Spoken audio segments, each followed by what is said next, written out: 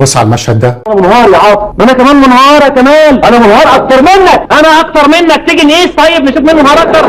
عمرك قابلت حد اول مره ومن اول جمله حسيتوا ان انتوا قريبين؟ ليه؟